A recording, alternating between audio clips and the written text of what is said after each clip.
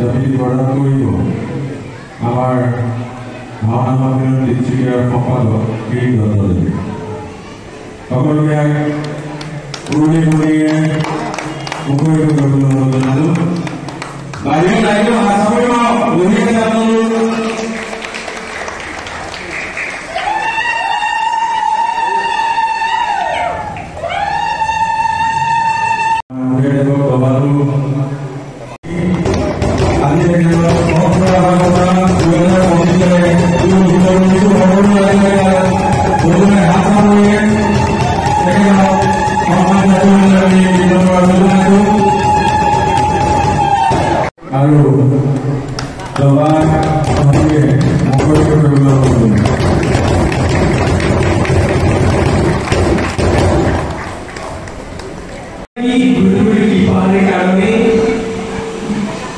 আমি ৰাইজক সেৱা কৰিবলৈ সুবিধাকণ পাইছোঁ। যিগৰাকী গুৰুৰ কৃপাৰ কাৰণে আমি যি কথা শিকিবলৈ সুবিধাকণ পাইছিলোঁ, সেই পৰম আৰাধ্য দুজনাক আমি চকুৰে প্ৰথমে প্ৰণাম জনাব বিচাৰিছোঁ। হৰি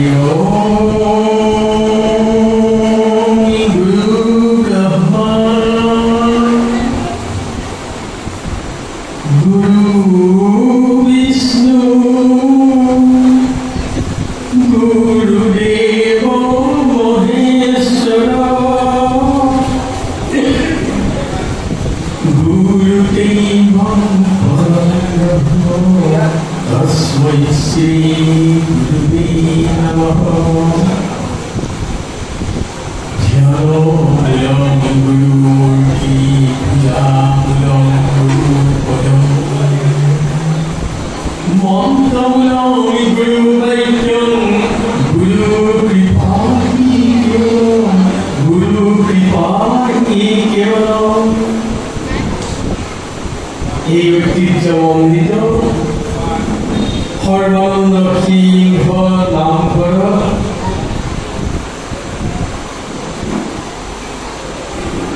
যি 13 তাৰিখৰ পৰা 22 তাৰিখ পৰ্যন্ত গণাঢ্য কাৰ্যসূচীৰে সৰু অসম ভাওনা সন্মিলন তিনিচুকীয়া জিলা সমিতিৰ উদ্যোগত এই ঐতিহাসিক সৰ্বানন্দ সিংহ নগৰ নামঘৰত যুৱ সমাজৰ সহযোগিতাত যি আয়োজন কৰিছে, সঁচাই ক'বই লাগিব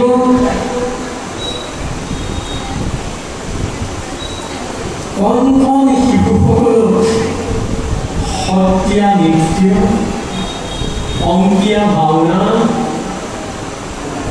আৰু মাতৃভাষা ভাওনা ইয়াৰ যি কৰ্মশালা পাতিছে, এই কৰ্মশালাৰ মাধ্যমেৰে উঠি অহা যুৱ সমাজত জ্ঞানৰ পোহৰ পেলাব পাৰিব। কিয়নো সত্ৰীয়া নৃত্য, অংকীয়া ভাওনা আৰু মাতৃভাষা ভাওনাই আমাৰ শিক্ষা দিয়ে নৈতিক শিক্ষা,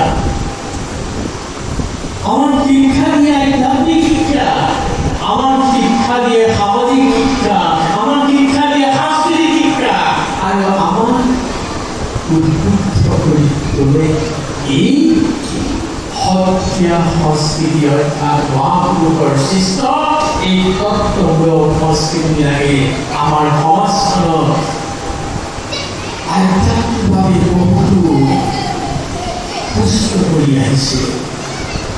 আপোনালোক সকলোৱে জানি এগৰাকী মানুহ পূৰ্ণাংগতা পাবৰ কাৰণে অকল স্কুলীয়া শিক্ষাই কিন্তু সৰ্বোচ্চ নহয়। যিগৰাকী শিশুৱে বাল্যকালৰ পৰাই নৈতিক, আধ্যাত্মিক, সামাজিক, সাংস্কৃতিক গোটেইকেইটা দিশেৰে আগবাঢ়ি যাব পাৰিছে, তেওঁ এই প্ৰকৃততে এগৰাকী পূৰ্ণাংগ মানৱ হিচাপে থিয় দিব পাৰিছে। আমাৰ সক্ৰিয় সংস্কৃতি ভাৱনাই আমাৰ শিশুসকলৰ মনত প্ৰভাৱ পেলায়। কেনেকৈ আমি যদি বিশ্বাস কৰি চাওঁ তেতিয়াহ'লে পাম যেতিয়া আজি যি প্ৰহ্লাদ চৰিত্ৰ পাওঁনে আপোনালোকে ইয়াত প্ৰদৰ্শিত হ'ব। প্ৰহ্লাদ চৰিত্ৰৰ কথাটোকে যদি আমি বিশ্বাস কৰি চাওঁ তেতিয়াহ'লে পাম দৈত্যৰ কুলত প্ৰহ্লাদৰ জন্ম হৈছিল। কিন্তু প্ৰহ্লাদৰ মাতৃগৰাকী সঁচাই আধ্যাত্মিক জ্ঞানেৰে পুষ্ট আছে, যাৰ কাৰণে কন্যাটো মাতাই সন্তৰ সং লাভ কৰিছিল প্ৰহ্লাদ গৰ্ভত থাকোঁতে। নাৰদক লাভ কৰিছিল আৰু তেওঁ গৰ্ভত যিটো পুত্ৰ জন্ম হৈছিল মহান সন্ত হিচাপে জন্ম হৈছিল। আৰু তেওঁ নিৰ্ণয় দিব পাৰিছিল তেওঁ শিশু কালৰ পৰাই সন্তৰ সংগত মাতৃৰ গৰ্ভৱতী সন্তৰ সমৰ কথাখিনি বুজিছিল। তাৰ কাৰণে তেওঁ মনটো দৃঢ়তা আহিছিল আৰু তেওঁ মনটো কৃষ্ণস্তু ভগৱান স্বয়ং ভগৱানে যে একমাত্ৰ সত্তা এই তত্ত্বটো তেওঁ যে হৃদয়ত মূল কবচ হিচাপে বান্ধি লৈছিল, ঈশ্বৰ বুলি চিন্তাৰ ওপৰত যেতিয়া গুৰুত্ব দিছিল। আৰু তাৰ কাৰণে প্ৰহ্লাদক পিতৃ ইমান শাস্তি দিয়াটো কোনো শাস্তিয়ে তেওঁ প্ৰভাৱ কৰা নাছিল। আৰু তাৰ কথাতে তেওঁ অকণো দিব পৰা নাছিল আৰু তেওঁ কোনো শাস্তিৰ কাৰণে তেওঁ ভয় কৰা নাছিল যে পৰম ব্ৰহ্ম কৃষ্ণক যেতিয়া আমি চিন্তা কৰি থাকি প্ৰভুৱে যদি একমাত্ৰ সত্তা আৰু তেওঁ আমাক ৰক্ষা কৰিবই। আজি ভাওনাখণ্ডত যেতিয়া শিশুসকলে চাব, শিশুসকলে এনেকৈ যদি উদ্বুদ্ধ হ'ব পাৰে, অন্তৰত যদি সাজ ধৰে সঁচাই আমাৰ যিমানেই অহংকাৰ নাথাকক, আমাৰ যিমানেই টকা পইচা নাথাকক, আমি যেনেকৈ যাত্ৰা বিমান নাথাকক কিয় সকলো কিন্তু চাৰকাৰ হৈ যাব যদি প্ৰভু ভগৱন্তৰ চৰণ চিন্তা কৰা নাযায়। এইবাৰ হৈছে শিশুসকলে এই নাটকৰ পৰা এই শিক্ষা লাভ কৰিব পাৰে। সৰু কালৰ পৰাই তেওঁলোকে আধ্যাত্মিক জ্ঞানেৰে পুষ্ট। আমি যদি ৰামায়ণ নাটক চাব বিচাৰোঁ, ৰামায়ণ নাটকত লৱকুশৰ চৰিত্ৰ যদি চলাই, লৱকুশই মহান ধনুৰ্ধাৰী ৰামকো কিন্তু পৰাস্ত কৰিব পাৰিছিল। শিশু অৱস্থাতেই কিয় এনেকৈ পাৰিছিল? ইমান ধনুৰ্ধাৰী ৰামচন্দ্ৰ পৰাস্ত কৰিব পৰা শক্তি লাভ কৰিছিল লৱকুশই। কেনেকৈ?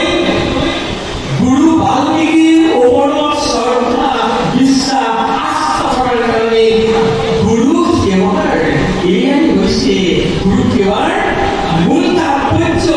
গুৰুক বিশ্বাস কৰিব পাৰিছিল, গুৰুক হৃদয়ত ধাৰণ কৰিব পাৰিছিল আৰু গুৰুৱে শিক্ষা ঐকান্তিকভাৱে যেতিয়া তেওঁলোকে গ্ৰহণ কৰিছিল মহাযুদ্ধাৰী পিতৃ ৰামক পৰাস্ত কৰিব পাৰিছিল। এয়াই হৈছে আধ্যাত্মিক তত্ত্ব, এয়াই হৈছে সত্য সংস্কৃতি। ভাওনা সমাৰোহৰ ভাওনা কৰ্মশালাৰ পৰা আমি এনে শিক্ষা যদি যুৱক যুৱতীসকলক দিব পাৰোঁ তেতিয়াহে ভাওনা কৰ্মশালাৰ পৰা আমাৰ কাম হয়। আমি যদি চাওঁ উদ্যানপাল গদাধৰ পুত্ৰ ধ্ৰুৱই 5 বছৰ বয়সতেই পৰম ব্ৰহ্মক সাক্ষাৎ হ'ব পাৰিছিল। ইয়াৰ কাৰণ কি আছিল? ইয়াৰ কাৰণ আছিল মূল কাৰণ আছিল মাতৃ।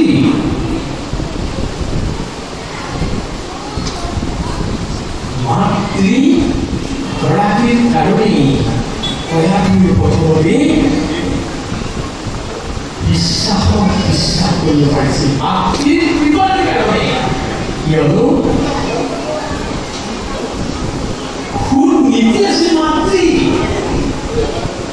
মাতৃৰ পৰা সুনীতি তত্ত্ব যে পাই আছে কিন্তু যেতিয়া ওলাৰ পৰা তেৰেছা হৈ গৈছে আৰু সৰু আই সুৰুচিয়ে যেতিয়া অপত্য গাড়ী পাইছে কিন্তু মাতৃ সুনীতিয়ে কি বুলি কৈছে অ ভাই দেউতাৰ গাত নাই তোৰ সৰু ভাইটো নাই তোৰ ভাই ভাই মোৰ নিচিনা অৱধা মাতৃৰ গৰ্ভত জন্ম লোৱাৰ কাৰণেই আজি তোৰ এই অৱস্থা অৰ্থাৎ আমাৰ ঘৰে কি কৰিলে এই তোৰ দেউতাৰ চাহ দেউতাৰ আগতেই তোৰ সৰু আহি ইমান বেয়া ব্যৱহাৰ কৰিব পাৰিছে কিন্তু তোৰ নীতি বোলে এয়া দেউতাৰো নাই এয়া সৰু আহি নাই মোৰ গৰ্ভত জন্ম হোৱাৰ কাৰণে কৈছে কথাটো চিন্তা নকৰি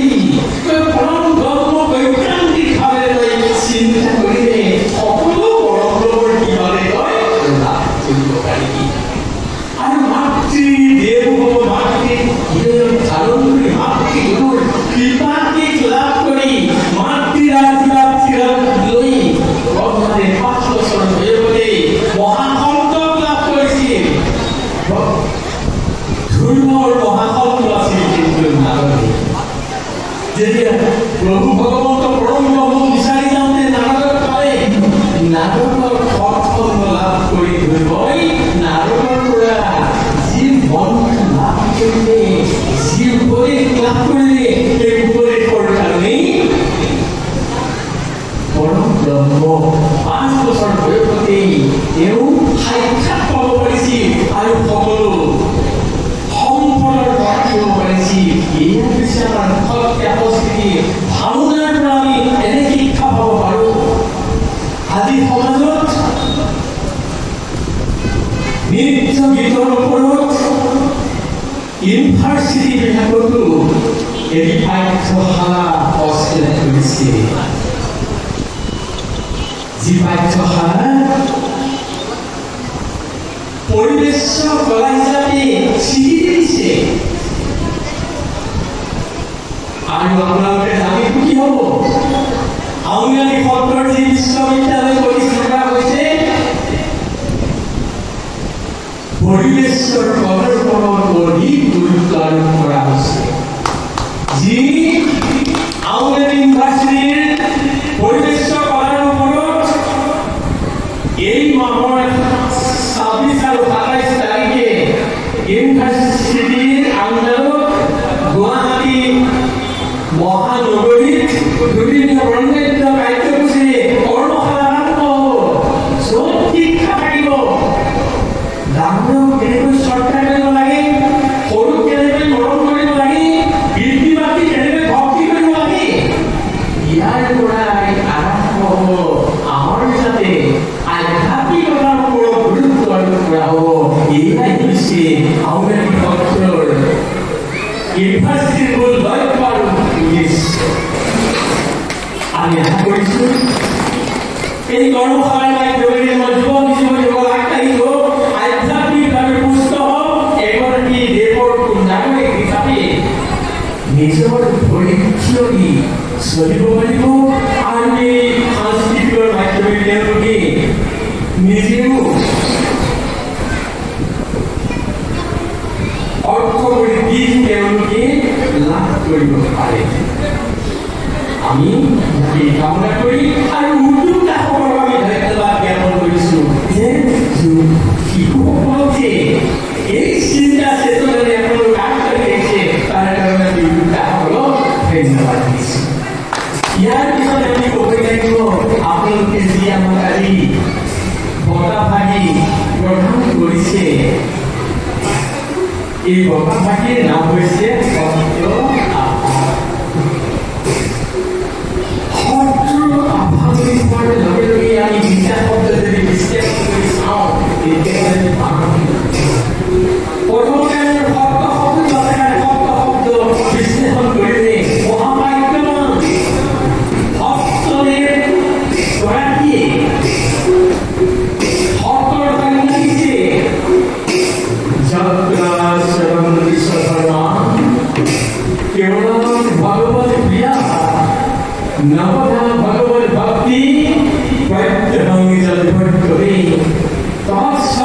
উত্তমং ক্ষেত্রং কেবলাশ্রমন্দিরম ততস্থামস্তবাসর্গে হরিনাম পরায়ণম।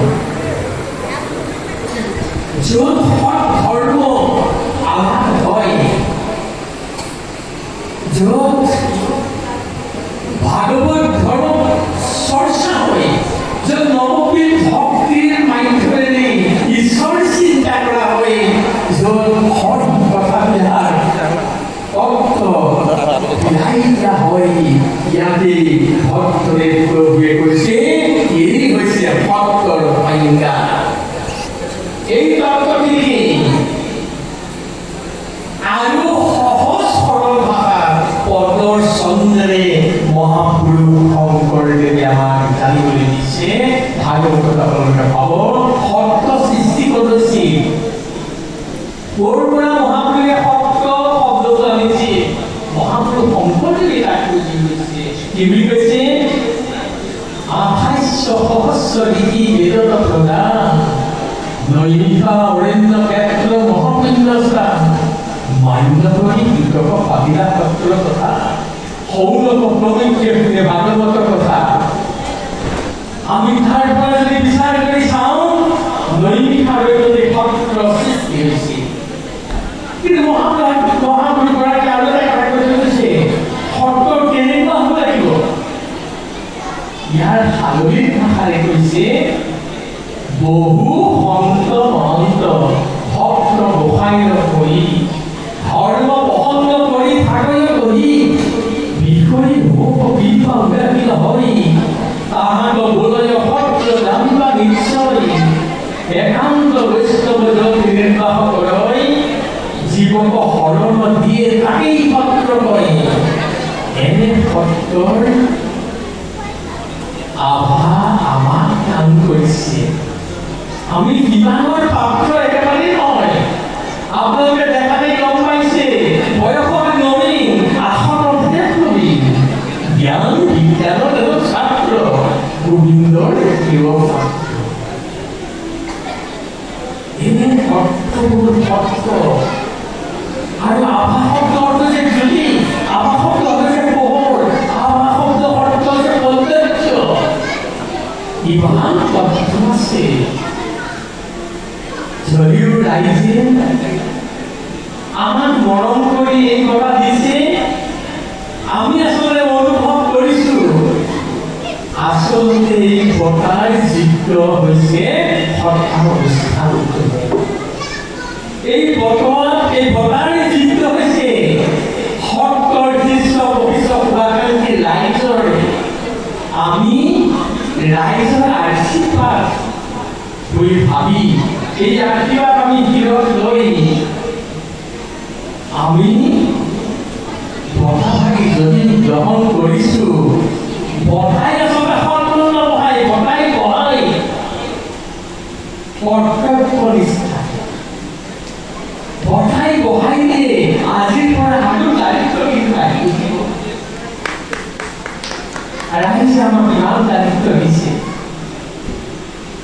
আমাৰ ক্ষুদ্ৰ এগৰাকী ব্যক্তিয়ে এনে দায়িত্বৰে পালন কৰিব পাৰিম আমাৰ চিন্তাৰ বিষয়। তথাপিতো ৰাইজৰ আশীৰ্বাদ শিৰত লৈ আৰু শাস্ত্ৰৰ তত্ত্ব হৃদয়ংগম কৰি আমি আগবাঢ়িবই লাগিব। কিয়নো মানৱ জীৱনটো আমি ধাৰণ কৰিছো, কিয় কৰিছো? পৰোপকাৰৰ কাৰণে। এই সংসাৰখন যে সৃষ্টি হৈছে, সকলোৱে সকলোকে উপকাৰ কৰিলেই সংসাৰখন শান্তিত পৰিচালিত হ'ব। এই কথা পাতি আমাৰ প্ৰকৃতিয়েও শিক্ষা দিছে যে মানৱ জীৱনৰ বিবেকৰ পৰা আদি কৰি সকলো প্ৰকাৰ পিছতো যদি তেওঁলোকে চিন্তা কৰিব নোৱাৰে, প্ৰকৃতিৰ পৰা শিক্ষা গ্ৰহণ কৰক। প্ৰকৃতি আমাক কৈছে পৰোপকাৰেও বহনকে লক্ষ্য, পৰোপকাৰৰ কাৰণে এইবিলাক কৰি আছে। পৰোপকাৰেও বহনকে দেৱা, পৰোপকাৰৰ কাৰণে গৰুৱে গাখীৰ দিছে। পৰোপকাৰেও বিশ্বত দিবলা, পৰোপকাৰৰ কাৰণে শিক্ষাই ফল দিছে। পৰোপকাৰেও চৰিত্ৰ। তুমি যে শৰীৰটো ধাৰণ